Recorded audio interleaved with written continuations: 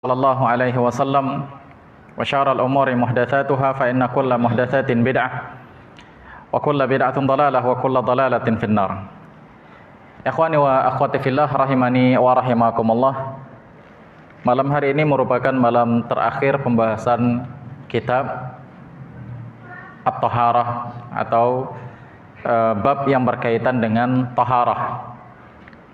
Jadi malam hari ini kita akan bahas materi yang terakhir, yaitu ahkamul haid wan nifas, hukum-hukum yang berkaitan dengan haid dan nifas.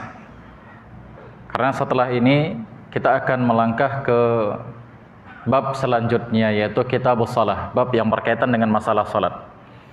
Taib ikhwan fillah rahimani wa rahimakumullah. Apa yang kita bahas di dalam bab haid dan nifas ini? Yang pertama tentu saja berkaitan dengan ta'rif atau definisinya terlebih dahulu. Karena kalau kita belum tahu definisi sesuatu, bagaimana kita bisa mengetahui hukumnya? Ya, definisi yang kita bahas terlebih dahulu. Kemudian setelah itu kita bahas apa saja hal-hal yang dilarang dari wanita haid ataupun wanita yang nifas. Dan kemudian bagaimana kalau seandainya larangan tersebut dilanggar? Ya, larangan tersebut dilanggar. Apakah ada kafarahnya di sini atau tidak? Dan dikaitkan juga dengan ini adalah pembahasan darah istihadah. Ya. Walaupun berbeda antara darah haid dan nifas dengan darah istihadah, namun dia bagian dari darah penyakit. Ya. Meskipun tidak seperti darah haid. Taib ikhwan fillah rahimani wa rahimakumullah. Yang pertama, darah haid. Para ulama mengatakan haid huwa damul ma'ruf indan nisa. Darah haid itu adalah darah yang sudah diketahui atau sudah sama-sama kita ketahui yang ma'ruf ada pada perempuan. Ya, Allah Subhanahu wa taala menciptakan wanita, setiap para wanita memiliki darah haid. Ya, selama dia masih punya peluang untuk bereproduksi, ya masih punya peluang untuk hamil, maka dia pasti akan mengalami siklus menstruasi. Ya, dia pasti akan mengalami haid. Ikhwan fillah rahimani wa rahimakumullah. Ya, sebagaimana pernah saya dengar di sebuah di sebuah channel, seorang dokter yang mengatakan bahwasanya wanita itu tatkala dia diciptakan, dia sudah punya bibit anak, ya, yang jumlahnya sangat banyak, ya, yang jumlahnya sangat banyak. Kemudian bibit tersebut, ya, ketika dia tidak dimanfaatkan, dia akan berguguran satu demi satu. Dia akan berguguran, dan yang berguguran itulah yang dia akan menjadi darah haid. Ya, bisa jadi dia ribuan, ya, atau bisa jadi ratusan. Dan dia setiap bulan akan berguguran hingga nanti sampai pada puncaknya. Ya, ketika dia sudah habis semuanya, berarti perempuan tersebut berada pada masa menopause. Artinya dia nggak bisa hamil lagi. Ikhwan fillah rahimani wa rahimakumullah. Demikianlah Allah ciptakan perempuan. Jadi dia memang sejak dari kecil dia sudah bawa bibit anak. Beda halnya dengan laki-laki. Ya, beda halnya dengan laki-laki. Jadi kalau kita ilustrasikan, ibaratnya laki-laki itu ibarat pabriknya, sedangkan perempuan itu ibarat bahan bakunya. Ya, bahan bakunya. Yang bahan baku itu bisa habis. Ya, bisa habis. Tatkala dia sudah habis, maka nggak bisa produksi lagi. Ikhwan fillah rahimani wa rahimakumullah. Taib. Wala hadda fi syar'i li aqallihi wa aktsarihi. Nah, darah haid ini, ya, kalau dalam syariat tidak ada batasannya. Ya. Syariat tidak memberikan penjelasan tentang batasan berapa paling sedikit atau berapa paling lama. Ya, ikhwan fillah, berapa paling sedikit atau berapa paling lama. Nah, ini dikembalikan kepada innama yurja'u fihi ilal 'adah. Dikembalikan kepada si wanitanya sendiri, si perempuannya sendiri. Ya, karena tidak ada batasan wanita yang haid tersebut, ikhwan fillah. Terkadang ada wanita itu haid dia cuma 4 hari. Kadang wanita itu ada yang 5 hari, kadang 6 hari, kadang ada yang 10 hari atau lebih dari 10 hari. Ya, jadi tidak ada batasan, ini dikembalikan kepada si perempuan, ikhwan fillah rahimani wa rahimakumullah. Ya. Namun ada fatwa ya dari para ulama, ya, kalau tidak salah seingat saya dari Syekh bin Baz rahimahullah taala, bahwasanya ketika perempuan itu sudah haid lebih dari 15 hari, ya, haid lebih dari 15 hari, maka hari ke-16 itu dianggap darah istihadah. Ya, hari ke-16 dianggap darah istihadah, bukan darah haid lagi. Nah, ini ikhwan fillah rahimani wa rahimakumullah. Baik. Adapun nifas, maka ini adalah wadamul kharij bisababil wiladah.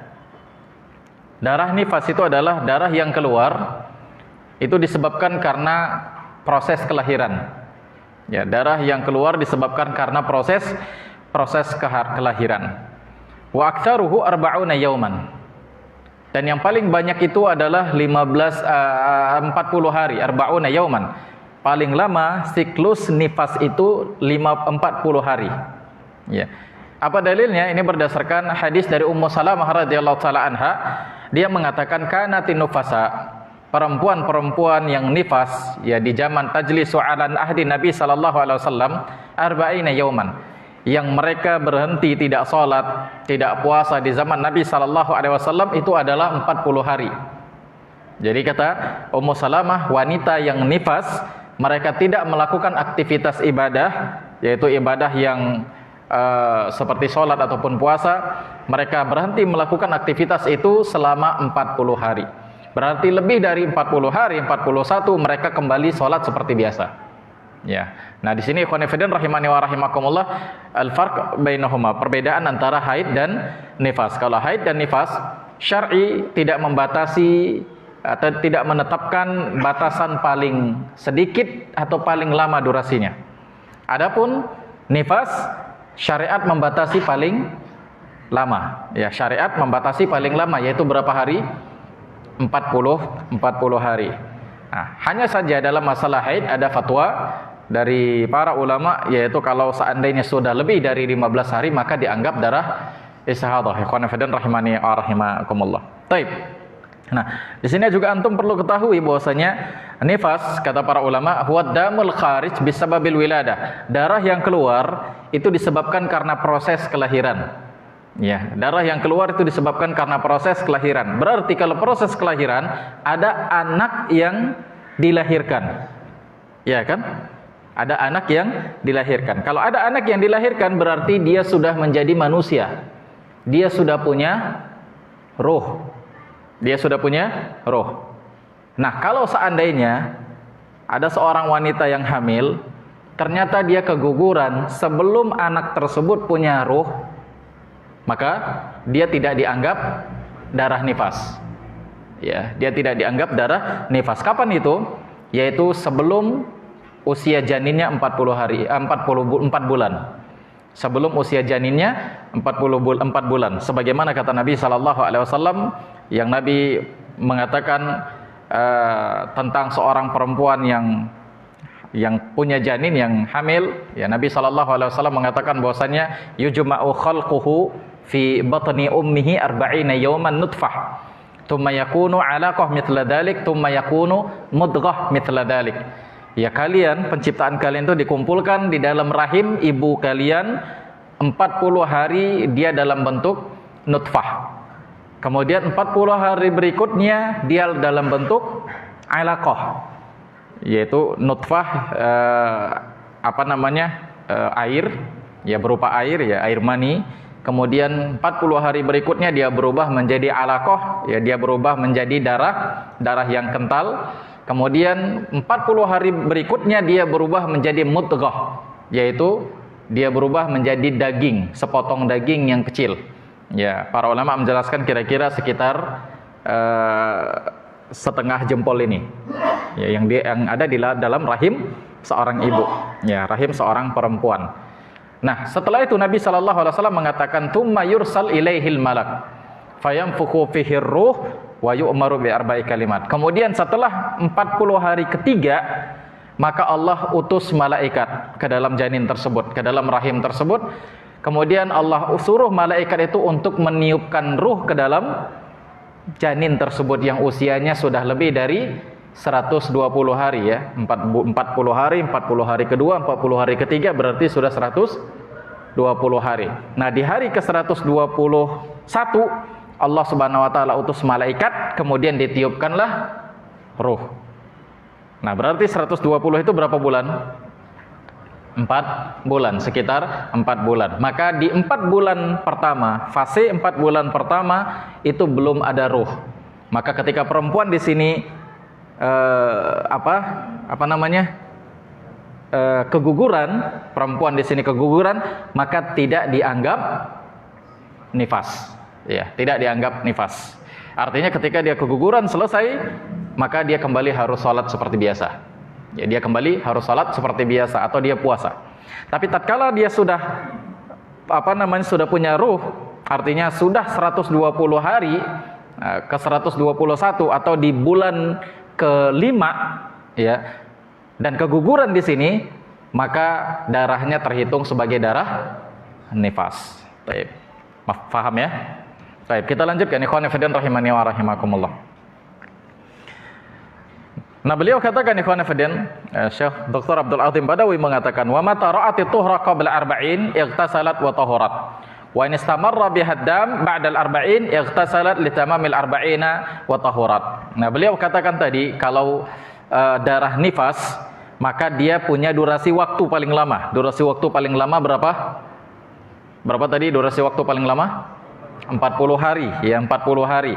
Maka kata beliau, ketika seorang perempuan dia melihat sebelum 40 hari, ternyata dia melihat darahnya sudah nggak keluar lagi, sudah suci, sudah bersih, maka dia sudah wajib di situ untuk mandi untuk melaksanakan sholat. Nah, berarti ada perempuan nifas itu yang dia masa bersihnya bisa jadi belum sampai 40 hari. Ya, mungkin 15 hari dia sudah bersih, 20 hari dia sudah bersih, maka dia harus melaksanakan sholat seperti biasa. Namun wa in istamarra bihaddam ba'dal arba'in iqtasalat li tamamil arba'in wa tahurat. Nah, ketika dia sudah di 40 hari ternyata darahnya masih keluar, ya darahnya masih keluar, maka di hari yang ke-41 dia sudah harus melaksanakan sholat. Dia wajib mandi, kemudian dia laksanakan sholat di sini. Karena darah setelah itu dianggap sebagai darah istihadah, ya darah istihadah. Nanti insyaallah akan kita jelaskan di akhir. Taib ikhwan fillah rahimani wa rahimakumullah. Ini definisi darah haid dan darah istihadah, darah nifas. Nah, bagaimana hukum wanita yang sedang haid atau sedang nifas ini?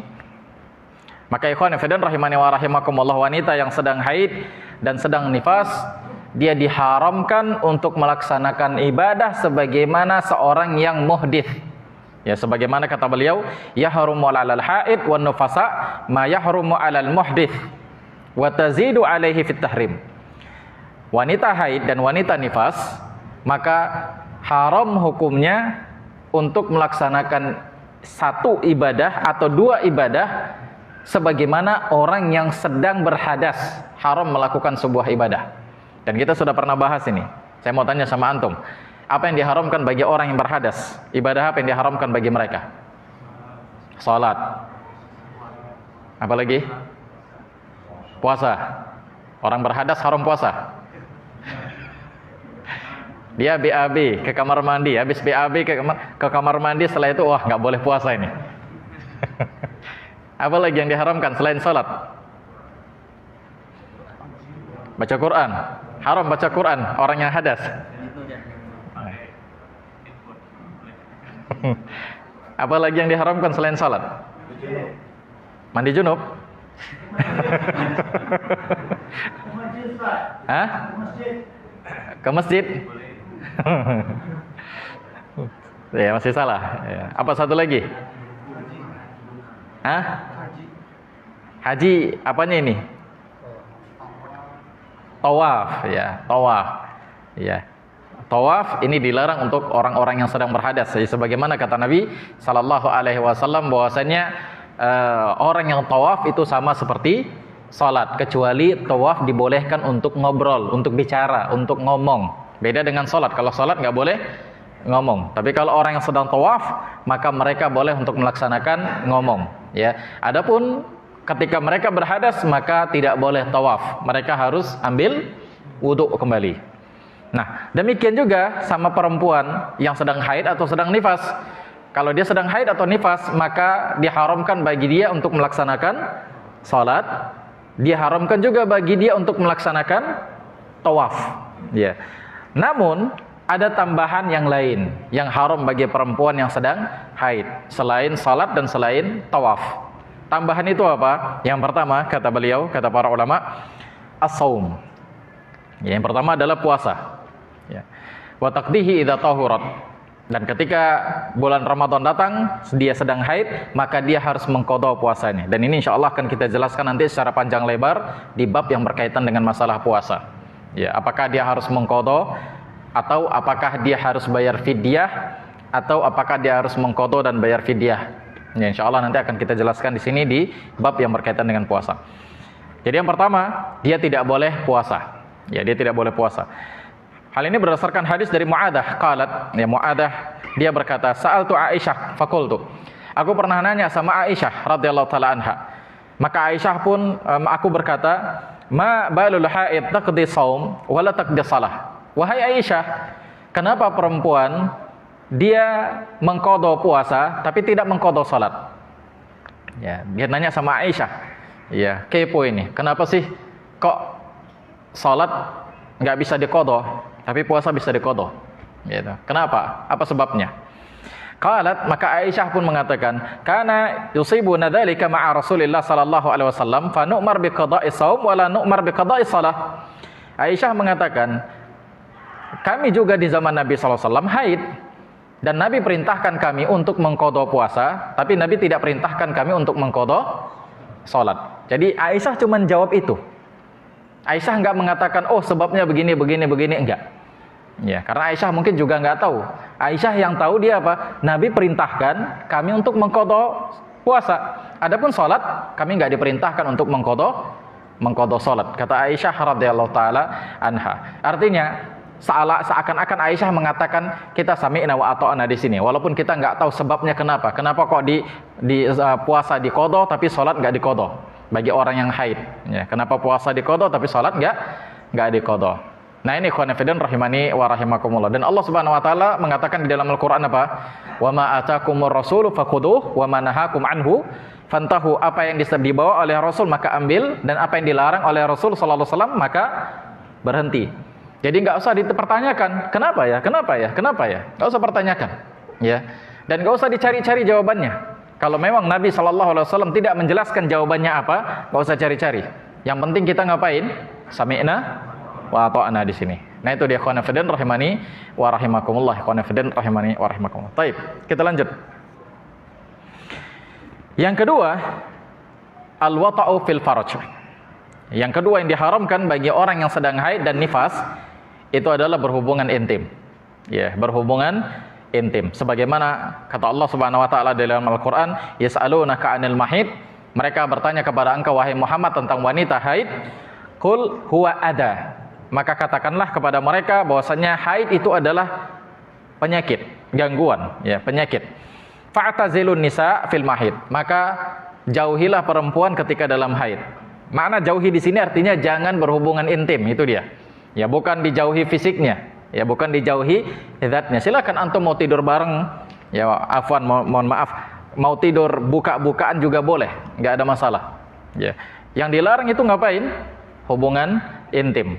Itu yang dilarang, ikhwan fillah rahimani wa rahimakumullah. Bukan seperti Yahudi yang mereka ketika istri-istri mereka haid, mereka malah menjauhi istri-istri mereka, mengusir istri-istri mereka, ya, mengeluarkan istri mereka dari rumah-rumah mereka. Ya, adapun muslim, maka kita masih boleh untuk ngapa-ngapain sama istri, gitulah. Ya, kita masih boleh ngapa-ngapain sama istri kecuali hubungan intim, ya, kecuali hubungan intim. Ya. Apa dalilnya? Ya, kita masih boleh ngapa-ngapain sama istri, ya mohon maaf misalnya bercumbu, ya hatta sampai mohon maaf meskipun si laki-lakinya mengeluarkan mani. Ya, meskipun si laki-lakinya mengeluarkan mani, maka tidak masalah, tidak mengapa. Ikhwan fillah rahimani wa rahimakumullah. Yang dilarang itu adalah tatkala berhubungan intim di kemaluannya. Ya, berhubungan intim di kemaluannya. Ini sebagaimana kata Nabi sallallahu alaihi wasallam, Nabi mengatakan isna'u kulla syai'in illa nikah. Lakukan apa saja yang kalian lakukan sama istri-istri kalian ketika dia haid. Lakukan, silahkan lakukan apa saja kecuali an-nikah. Apa itu makna nikah? Makna nikah ini adalah berhubungan di kemaluannya. Ya, berhubungan di kemaluannya. Ini yang enggak boleh, khonifidin rahimani wa rahimakumullah. Yang lain silahkan lakukan. Jadi enggak ada istilah kalau bagi laki-laki libur. Ya. Kalau laki-laki enggak ada istilah libur, tapi kalau perempuan ada libur. Ya, ini khonifidin rahimani wa rahimakumullah. Baik. Kemudian Allah Subhanahu wa taala mengatakan fa idza tatahharna fa'tuhunna min haitsu amarakumullah. Kalau mereka sudah bersih, maka datangilah mereka di tempat yang Allah perintahkan. Ya, datangilah mereka maksudnya silahkan gauli istri-istri kalian di tempat yang memang Allah Subhanahu wa taala perintahkan, yaitu di kemaluannya. Ya. Kalau di duburnya ini haram secara mutlak. Ya, haram secara mutlak, kapan saja enggak boleh. Ya, di duburnya. Tapi di kemaluannya haram ketika apa? Haram ketika haid. Ya, haram ketika haid. Ya, adapun setelah selesai haid maka silahkan lakukan. Nah, ini khonifidin rahimani wa rahimakumullah. Taib. Jadi ada dua tambahan itu bagi wanita yang sedang haid, ya, yang haram bagi mereka. Jadi ada berapa tadi? Bagi wanita yang haid haram dia melakukan salat, tawaf, puasa, hubungan intim di kemaluan, ya, hubungan intim di kemaluan, di kemaluannya, ya, di kemaluan si perempuan. Adapun yang laki-laki maka silahkan lakukan apa saja, ya, selain di tempat yang diharamkan oleh Allah Subhanahu wa taala. Baik. Yang berikutnya hukmu man ata haidhan. Ya. Hukum orang yang mendatangi wanita yang sedang haid.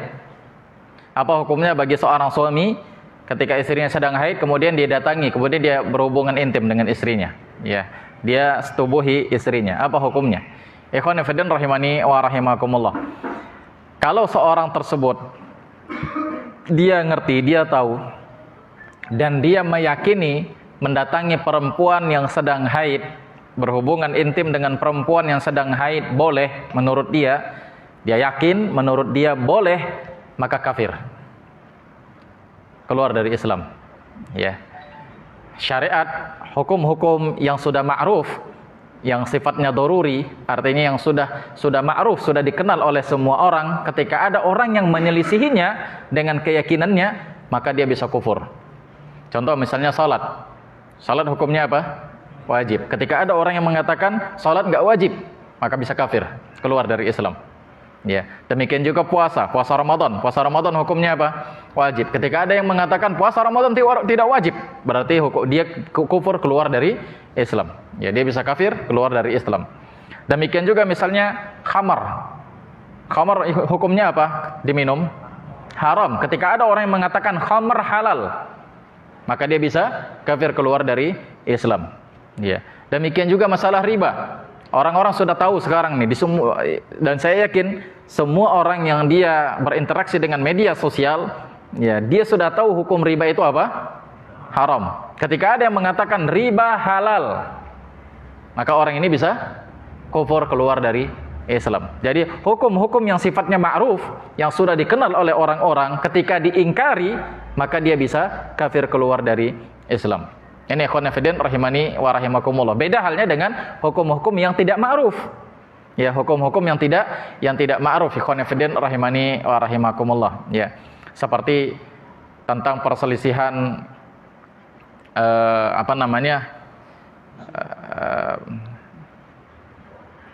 ya, musik misalnya. Ya, ini kan tidak ma'ruf di kalangan kaum muslimin di zaman sekarang. Demikian juga tentang makan yang kemarin sempat rame, buah-buah pala, ya, atau apa yang katanya bisa memabukkan. sempat ramai di media sosial gitu.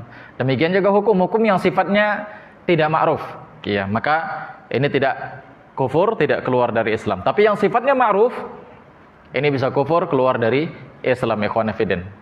Tapi jangan langsung antum vonis, ya. Ketika ada orang yang mengatakan zina halal, kemudian antum langsung mengatakan kafir antum. Nggak boleh, ya. Karena memvonis atau menetapkan kafir kepada seseorang atau takfir muayyan, ini harus ada bayan, harus ada iqamatul hujjah, ya. Adapun secara teori maka hukumnya kafir, ya. Secara teori hukumnya kafir. Sama seperti apa hukumnya orang yang mendatangi kuburan kemudian minta-minta sama orang yang ada di dalam kuburan? Apa hukumnya? Syirik. Apa syirik itu? Apa hukumnya? Kafir, keluar dari Islam. Kafir, keluar dari Islam. Nah, tiba-tiba kita lihat ada orang yang datang ke kuburan terus minta-minta di kuburan, apakah langsung kita katakan ente kafir? Nggak bisa, ya. Nggak bisa langsung vonis serta-merta dikatakan kafir, ikhwan fillah. Karena bisa jadi ini orang datang entah dari mana-mana, datang dari gunung yang nggak pernah berinteraksi dengan Islam, nggak pernah berinteraksi dengan ustadz, nggak pernah dengar ceramah.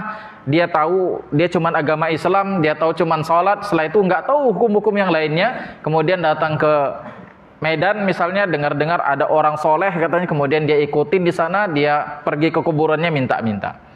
Dan kita nggak bisa langsung vonis kafir, khonafidin rahimani wa rahimakumullah. Secara teori hukumnya kafir, keluar dari Islam. Tapi takfirul muayyan ini butuh iqamatul hujjah. Nah, demikian juga bagi orang yang mengatakan boleh halal mendatangi perempuan yang sedang haid, maka hukumnya apa? Kafir, keluar dari Islam. Khonafidin rahimani wa rahimakumullah, ya. Ini juga, ya, sebagaimana diriwayatkan dari Abu Hurairah radhiyallahu taala anhu, ya, Nabi SAW mengatakan man ata haidan aw imra'ah fi duburiha aw kahinan faqad kafara bima unzila ala Muhammad. Hadisnya dikeluarkan oleh Imam At-Tirmidzi. Siapa yang mendatangi perempuan yang sedang haid atau mendatangi perempuan di duburnya, ya, atau mendatangi dukun, maka sungguh dia telah kufur dengan apa yang diturunkan kepada Nabi Muhammad sallallahu alaihi wasallam. Ya, jadi kafir kalau dia meyakini halal. Ya, kalau dia meyakini halal. Nah, kalau seandainya dia jahil, dia nggak tahu, ya, dia jahil di sini artinya dia datangin istrinya, dia nggak tahu kalau istrinya sedang haid, dia nggak tahu istrinya sedang haid, ya, atau lupa, si istri juga lupa kalau dia sedang haid, ya, mungkin suaminya pulang dari safar, ya, pulang safar. Istrinya sudah haidnya haid yang terakhir di waktu-waktu atau detik-detik yang terakhir, di hari-hari yang terakhir. Kemudian dia datangin istrinya mungkin lagi tidur gitu kan, didatangin istrinya lagi setengah sadar, tiba-tiba digaulinya, dan setelah itu barulah si istri ingat kalau dia sedang haid, ya. Maka apa hukumnya orang seperti ini? Maka yang seperti ini fala itsma alaih, tidak mengapa, dia tidak berdosa. Ya, si istri nggak tahu, si suami juga nggak tahu. Si istri nggak sadar kalau dia sedang haid, si suami memang nggak tahu kalau istrinya sedang haid. Kemudian mereka berhubungan intim. Ya, maka yang seperti ini tidak berdosa. Atau mukrihan, atau dipaksa. Ya, dipaksa berhubungan intim. Misalnya diperkosa, perempuan yang sedang haid tiba-tiba dia diperkosa, maka perempuan tersebut tidak berdosa. Ya, baik dia haid ataupun tidak haid, ya. Atau si istri misalnya bukan diperkosa tapi si istri digaulin. Si istri sedang haid, dia sudah bilang sama suaminya, saya lagi haid, tapi tetap si suami maksa. Maka yang berdosa di sini siapanya? Suami. Istri enggak berdosa. Ikhwan fillah rahimani wa rahimakumullah. Ya. Wala kafarah, dan tidak ada kafarah. Ya, tidak ada kafarah. Wa in wata'aha 'amidan 'aliman bil haid wa tahrim mukhtaran faqad irtakaba ma'siyatan kabirah.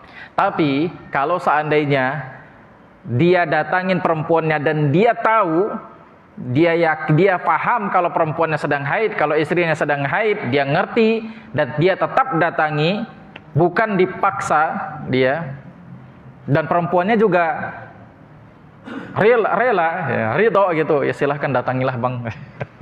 Maka yang seperti ini dua-dua berdosa. Ya, dua-dua berdosa. Ikhwan fillah rahimani wa rahimakumullah. Dan mereka melakukan dosa besar. Ya, ini termasuk dalam dosa besar. Nass Syafi'i ala annaha kabirah. Al-Imam Syafi'i mengatakan ini dosa besar. Ya, mendatangi wanita yang sedang haid dan mereka tahu kalau istrinya haid, maka ini dosa besar. Tajibu alaihi taubah. Wajib untuk taubat. Ya, karena dosa besar tidak diampuni oleh Allah Subhanahu wa taala kecuali dengan taubat kepada Allah Subhanahu wa taala. Wa fi wujubil kafarah qaulan. Nah, apakah dia orang yang seperti ini, dia sudah taubat kepada Allah Subhanahu wa taala, apakah dia harus bayar kafarah atau enggak? Di sini ada khilaf di kalangan para ulama. Ya, ada perbedaan pendapat di kalangan para ulama. Di antaranya ada yang mengatakan dia tidak wajib bayar kafarah. Ya, ketika dia sudah taubat dia tidak wajib bayar kafarah. Namun sebagian yang lain wallahu a'lam ini pendapat yang lebih lebih kuat bahwasanya dia wajib bayar kafarah. Ya, dia wajib bayar kafarah. Ya, sebagaimana dikatakan oleh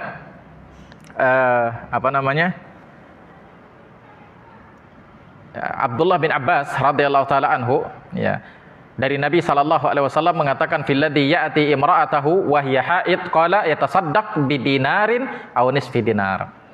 Maka Abdullah bin Abbas mengatakan Nabi sallallahu alaihi wasallam bersabda, ketika ada seorang laki-laki yang mendatangi istrinya yang sedang haid, maka dia wajib bayar kafarah 1 dinar atau setengah dinar. 1 dinar atau setengah dinar. Dia bayar kafarah. 1 dinar berapa? 1 dinar itu sekitar 4,25 gram emas. 4,25 gram emas. Berarti sekitar sekarang ini sekarang emas 1 gram berapa? 1 juta. Udah hampir 2 juta kan? Pada sekitar 7 sampai 8 juta. Antum coba datangilah istri antum. 8 juta harus bayar kafarah. Nah, ini ikhwan fillah rahimani wa rahimakumullah. Nah, kenapa Nabi sallallahu alaihi wasallam mengatakan di sini setengah dinar atau 1 dinar? Nah, para ulama mengatakan takhir di sini yaitu pemilihan 1 dinar dan 2 dinar kata para ulama. Kalau yang satu dinar atau setengah dinar, kalau yang 1 dinar itu dikeluarkan oleh orang yang mendatangi istrinya, kafarah yang dikeluarkan oleh orang yang mendatangi istrinya tatkala di awal-awal haid. Ya, di awal-awal haid dia datangi istrinya, maka dia harus bayar kafarah 1 dinar. Sedangkan yang setengah dinar itu adalah bagi orang yang di akhir-akhir istrinya haid. Di hari-hari terakhir istrinya yang sedang haid. Misalnya si istri ada yang kebiasaan haidnya itu di 7 hari misalnya. Ya, karena kebiasaan perempuan atau normal umumnya perempuan itu haid 6 sampai 7 hari, itu yang normalnya. Ikhwan rahimani wa rahimakumullah. Nah, di hari ke-6 atau hari ke-7 dia datangin istrinya padahal masih haid. Maka dia harus bayar kafarah setengah dinar. Ikhwan rahimani wa rahimakumullah. Dia harus bayar kafarah setengah dinar. Tapi kalau di awal dia harus bayar 1 dinar. Ya. Ya mungkin ikhwan wallahu a'lam. Kenapa yang di akhir-akhir setengah dinar? Karena dia mungkin sudah lama nunggu istrinya. Jadi nggak sabaran sampai hari terakhir. Tapi kalau yang di awal-awal, ya dia kan sudah lakukan mungkin sebelum haid. Tapi dia lakukan di awal-awal, maka dia membayar 1 dinar. Nah, ini ikhwan fillah rahimani wa rahimakumullah. Baik, kita lanjut. Ya. Isya jam berapa? 15 menit lagi. 15 menit lagi. Oke, baik. Yang berikutnya darah istihadah. Ya, darah istihadah adalah darah yang bukan darah haid dan juga bukan pula darah nifas. Ya, hanya saja muttasilan bihima fa in kana al-awwal fawadih wa in kana tsani ya yakhruj ghairu awqatil haid wan nufasa au muttasilan bihima. Darah istihadah itu adalah darah yang keluar bukan di masa haid dan bukan pula di masa nifas. Bukan di masa haid. Misalnya si perempuan, ada seorang wanita yang kebiasaan haidnya itu di awal bulan. Setiap awal bulan dia biasanya haid misalnya. Nah, tiba-tiba darahnya keluar di hari yang ke-20. Ya, maka ini darah istihadah. Ini kalau perempuan itu darah haidnya teratur ya. Ada yang perempuan darah haidnya tidak teratur. Kadang di awal bulan dia keluar darah haid, kadang di tengah bulan, kadang di akhir bulan. Nah, kalau orang wanita-wanita yang sudah teratur haidnya, maka ketika darah keluar di tengah bulan, maka ini darah istihadah. Ya, ini darah istihadah. Ya. Kemudian atau yang kedua, kalau seandainya kebiasaan wanita tersebut darah haidnya selama 7 hari, kebiasaan haidnya, tiba-tiba di hari ke-8 ke-9 darahnya keluar lagi, maka ini dianggap juga darah istihadah. Jadi darah haid itu darah istihadah itu adalah darah yang keluar bukan di waktu haid dan bukan pula di waktu nifas, atau darah yang keluar ketika nyambung dengan darah haid. Ya, paham ya? Paham sampai di sini? Baik, kita lanjut ikhwan fillah. Kalau seandainya darah tersebut keluar bukan di waktu haid, maka jelas ini darah istihadah. Nah, bagaimana kalau seandainya darah tersebut keluar ketika nyambung dari haid? Maka beliau katakan fa in kanatil mar'ah mu'tadatan fama zada ala adatiha fa huwa istihadah. Kalau perempuan tersebut dia paham, dia tahu dia siklus haidnya itu teratur, maka ketika hari berikutnya, misalnya haidnya biasanya 7 hari, hari berikutnya itu adalah darah istihadah dan dia sudah wajib untuk melaksanakan sholat. Ini bagi wanita yang darah haidnya teratur, ikhwan fillah. Dan ini berdasarkan hadis Ummu Habibah yang dia Nabi SAW mengatakan, kuthi qadra makanat tahbisuki haidatuki thumma ightasili wa salli. Nabi SAW mengatakan, tinggallah, artinya jangan sholat, jangan puasa di waktu haid engkau, waktu haid engkau.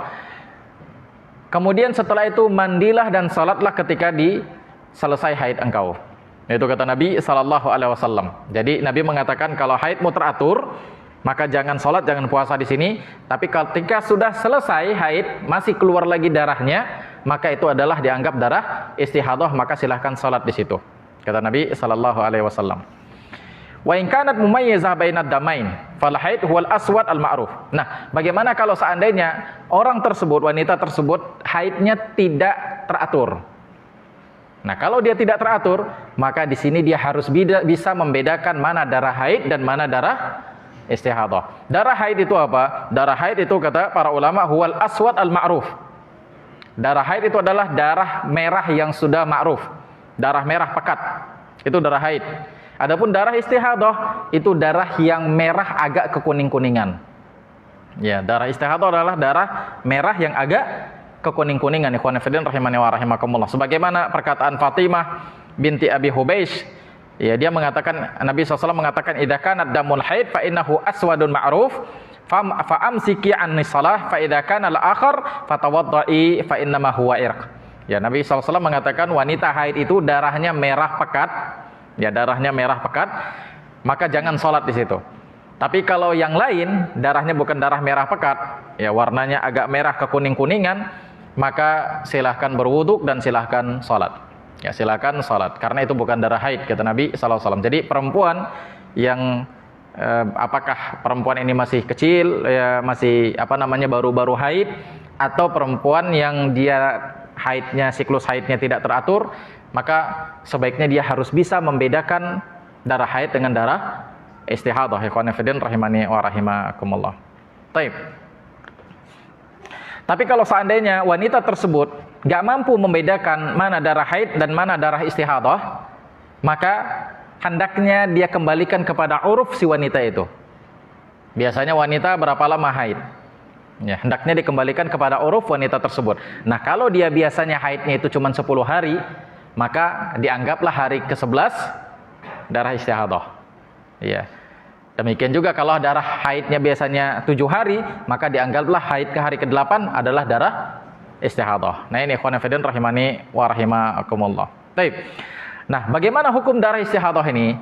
Darah istihadah, ya, la yuhramul mustahadah syai'un mimma yahrumu bil haid illa an yalzamuha al-wudu' li kulli shalah liqauli Nabi sallallahu alaihi wasallam li Fatimah binti Abi Hubeish. Kalau wanita yang sedang istihadah, maka dia tidak diharamkan seperti wanita haid dan nifas. Dia tidak diharamkan seperti wanita haid dan nifas. Artinya dia harus sholat, dia harus puasa, dia boleh tawaf, dan dia boleh berhubungan intim dengan istrinya. Meskipun darah keluar di dalam bagian kemaluannya, tapi darahnya darah istihadah. Jadi dia boleh melakukan ini semua. Hanya saja ketika sholat, maka hendaknya setiap kali sholat dia berwuduk, walaupun wuduknya belum batal. Misalnya di zuhur dia sholat, ya, asar hendaknya dia berwuduk lagi walaupun wuduknya belum batal. Hendaknya dia berwuduk lagi. Sebagaimana kata Nabi SAW, Nabi mengatakan, "Tsumma tawaddo'i likulli shalah." Kemudian hendaknya engkau berwuduk setiap kali salat. Dan disunnahkan juga setiap kali salat mandi kalau mau. Ya, bagi wanita yang haid, bagi wanita yang keluar darah istihadah, setiap kali salat disunnahkan untuk mandi. Dan para ulama mengatakan dianjurkan bagi mereka mandinya itu di 2 waktu salat mandinya sekali. Misalnya zuhur sama asar, ya maka mandi di sini. Maghrib sama isya, maka mandi di sini. Zuhur sama asar hendaknya dia mandi dengan mengakhirkan salat zuhur dan mengawalkan salat asar. Jadi dia misalnya di jam 3 dia mandi. Setelah itu salat zuhur.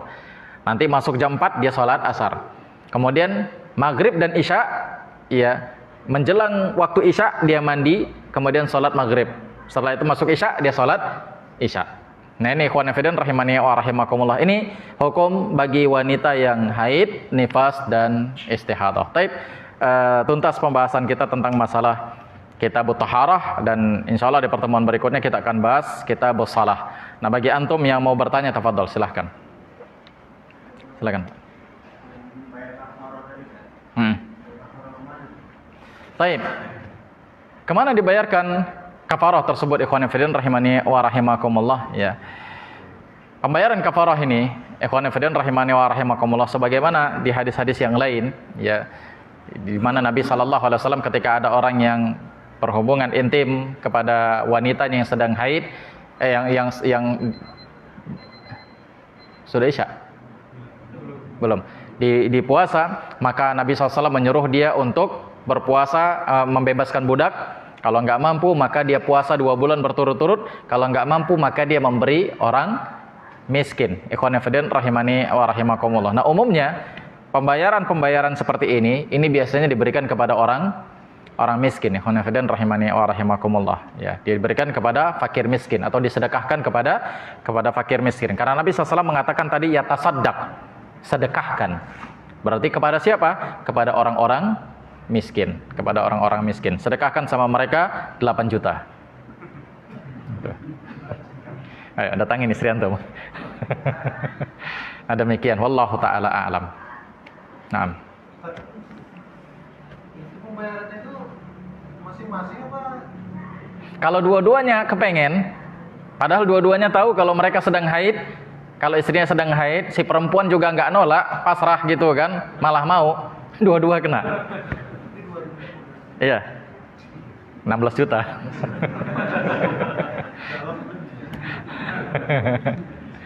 Ada demikian, wallahu a'lam.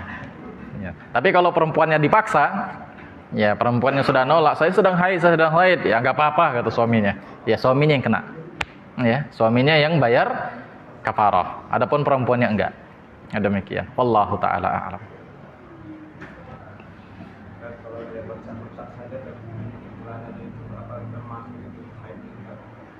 Bercak. Tanyakan kepada si perempuannya, bagaimana dengan bercak? Ya, kalau seandainya itu adalah masa haidnya, maka itu darah haid. Ya, maka itu adalah darah haid walaupun bercak. Ya, karena haid ini kan biasanya kalau di hari-hari pertama dia deres itu. Ya, ngalirnya deres itu. Ya. Udah akhir-akhir biasanya nggak deres. Ya, kadang cuman setetes, 2 tetes yang keluar. Ya, maka ditanyakan kepada perempuan kalau itu memang masa haidnya, maka itu termasuk darah haid. Nah, demikian. Wallahu a'lam.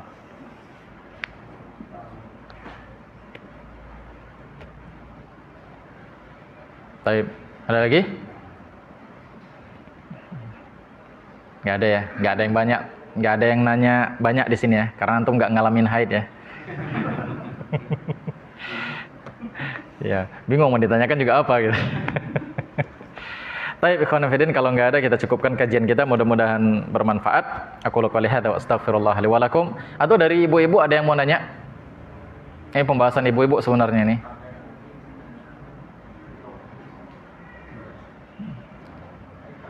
Nggak ada ya? Ini dengar ke belakang kan? Baik. Hah? Oh, gitu. Kalau dia berhubungan, dia di waktunya itu memang antara hamil dan tidaknya, tapi dia bisa tinggal di kemaluan. Apa? Antara hamil? Masih ada waktunya tadi, mungkin 7 hari itu sudah hamil, berasa dia. Berhubung badan lah kan. Tapi di dalam kemaluan laki-laki itu tinggal dia darah bercak-bercak itu. Apakah termasuk haid atau di luar haid? Kalau seandainya si wanita tersebut dia mengira dia sudah bersih karena kebiasaannya dia sudah bersih gitu kan, kemudian mereka berhubungan intim, maka ketika ternyata itu masih ada darah haid, maka kedua-duanya tidak berdosa. Fala itsma alaih. Ya, dua-duanya tidak berdosa. Kalau seandainya mereka berdua atau si perempuannya menganggap dia sudah bersih, karena dia dianggap di sini apa? Jahil. Dia dianggap dia tidak tahu kalau dia sedang masih haid. Ya. Tapi kalau seandainya dia tahu ini masih haid, ya, ini masih haid, kemudian didatangin oleh suaminya, ya, kemudian setelah diangkat ternyata memang kelihatan darahnya, sementara si wanitanya tadi sudah tahu, maka si wanita kena hukum kafarah tadi. Adapun laki-laki, kalau dia nggak tahu maka dia tidak kena, tapi kalau dia tahu maka dia kena. Ya. Demikian, wallahu taala a'lam. Bagaimana hukumnya mengkonsumsi obat untuk penunda haid, misalnya Umroh, haji, boleh. Ya. Boleh mengkonsumsi obat-obat tertentu untuk penunda haid. Ya, dengan udzur. Ya, yaitu udzurnya misalnya umroh atau haji. Maka dibolehkan bagi perempuan untuk mengkonsumsi obat-obat penunda haid di sini. Namun tetap ini harus dikonsultasikan kepada siapa? Kepada dokter terlebih dahulu. Ikhwan fillah rahimani wa rahimakumullah. Ya, sebagaimana kata para ulama, boleh mengkonsumsi bagi wanita mengkonsumsi obat-obatan seperti ini. Demikian. Wallahu a'lam. Tapi kalau mengkonsumsi haid untuk tujuan ya selain yang darurat ini ya, seperti haji atau umroh, ya karena suaminya misalnya, ya suaminya udah kebelet gitu kan, akhirnya mengkonsumsi ini, maka ini nggak boleh. Ya, karena ini sifatnya bukan darurat. Ya, ini sifatnya bukan darurat. Kalaupun dia masih haid, suami masih bisa nggak ngapa-ngapain? Masih bisa. Jadi ini bukan darurat sifatnya. Ada demikian. Allahu a'lam. Ya dosa lah. Kalau nggak bayar kafaroh ya dosa. Ya, tentu dosa. Kafaroh itu kan artinya untuk menghapuskan dosa. Ya, kafaroh itu artinya untuk menghapuskan dosa. Itu dia ikhwan fillah rahimani wa rahimakumullah. Jadi selain dia taubat, dia harus bayar kafaroh. Nah demikian. Wallahu a'lam. Sudah masuk ya waktu Isya ya. Karena sudah masuk, kita cukupkan kajian kita, mudah-mudahan bermanfaat. Aku qouli hadza wa astaghfirullah li wa lakum wa lisairil muslimin innahu huwal ghafurur rahim. Subhanakallahumma bihamdik asyhadu an la ilaha illa anta astaghfiruka wa atubu ilaik. Assalamualaikum warahmatullahi wabarakatuh.